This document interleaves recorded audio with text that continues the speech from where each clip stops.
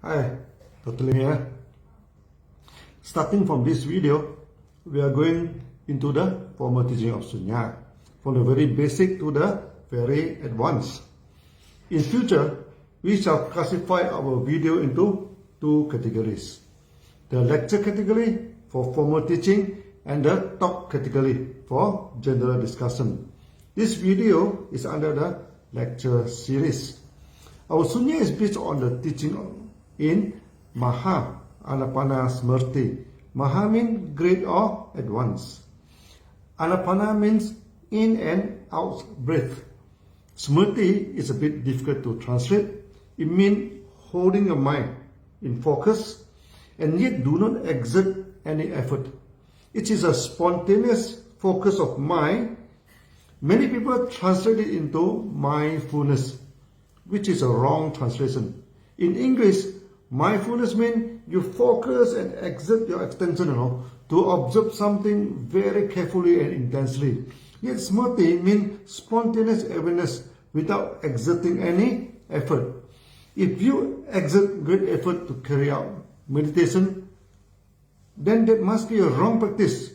Nowadays, we have seen many schools misinterpreting the meaning of smrti. They take it as mindfulness. As a result, they spend a lot of effort and sit for long hours. Their practice becomes very rigid. That brings more harm to the mind rather than calm down the mind. Smrti is a concise word. When we expand the meaning, it actually means samatha vipassana. Again, these two words have no equivalent in English. Samatha means the practice that leads to samadhi, a peaceful and serene mental state. Again, it is something that is spontaneous, that you just practice and let it come naturally. Many schools make samadhi as an objective, and they want to enter the samadhi as a kind of mental achievement. This is a wrong approach. As the more effort you exert, your mind becomes more disturbed. No samadhi is possible. Vipassana means to observe it introspectively. Means you just observe it without putting in effort and understand it intrinsically. Again, some people translate Vipassana as mindfulness training, which is wrong translation and wrong practice too. You should never put in much effort in Vipassana practice. The more effort you put in, the more confused your mind is. Then you never see things clearly and defeat the main purpose in practicing the Vipassana. Smrti and Vipassana are Sanskrit words. In Pali, it is known as Sati and Vipassana. For Anapana Smrti, in Sanskrit is Anapanasati. In Pali, Samatha Vipassana is Samatha Vipassana in Pali. This means the same thing, and you should never bother yourself with whatever languages people use. Unfortunately, due to the wrong interpretation of the meaning and the training method, today many meditation schools, including some Zen and Vipassana schools, the practice are rigid and require long hours of costly sitting. They force the student to spend great effort in meditation and thinking that the longer you sit, the better is your skill. There is nothing more wrong with that when it comes to Anapana Smrti or Sunya meditation.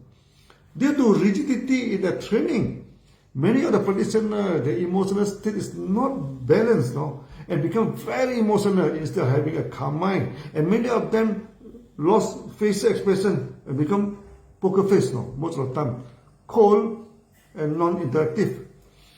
We sometimes mention Samatha Vipassana in short form as SV. There is a basic SV, we call it BSV, and there is the Mahasamatha Vipassana, which we call MSV. BSV is the basic training and MSV is the advanced training.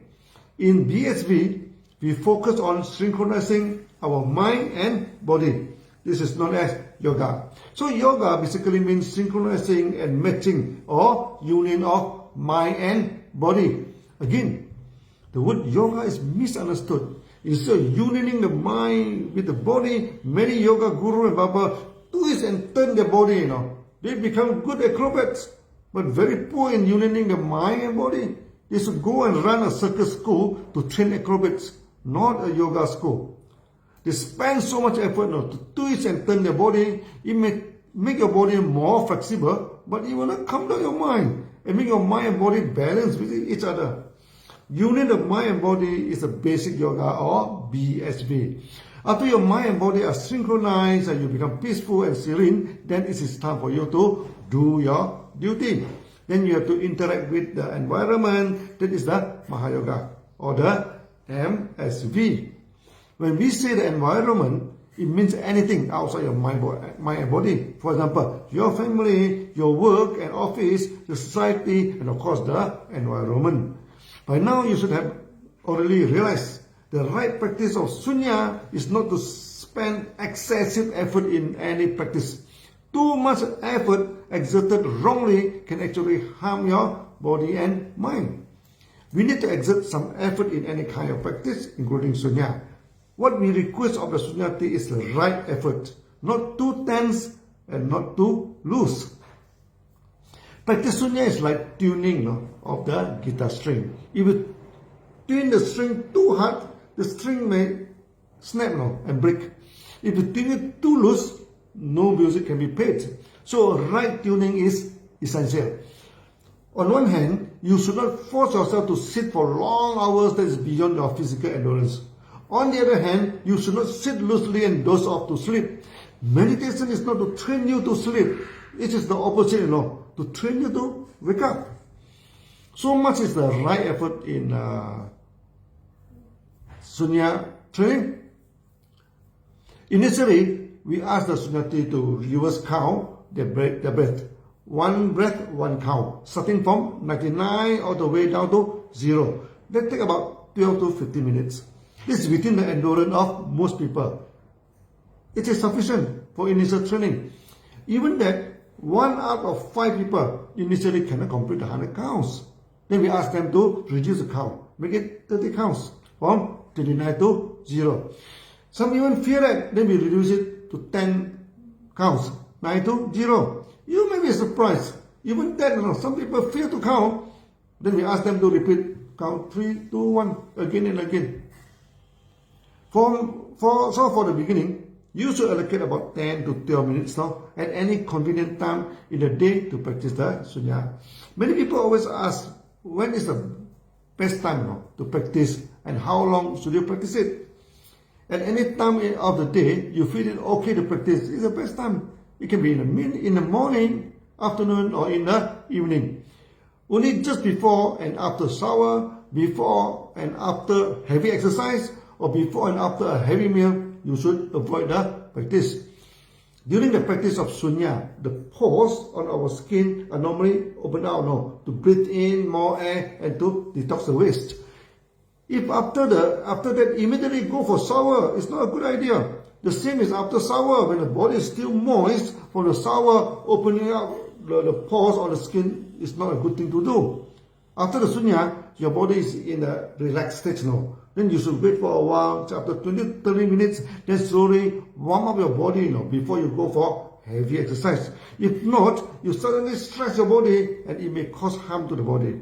But for soft exercise like swinging on hand, soft Tai Chi movement is okay. After Sunya, you should avoid suddenly taking in large amount of food. Also, after a heavy meal, you should also avoid doing the Sunya. The important lesson you learn today is not to exert yourself too much in the practice. Do it with the holding power of your body.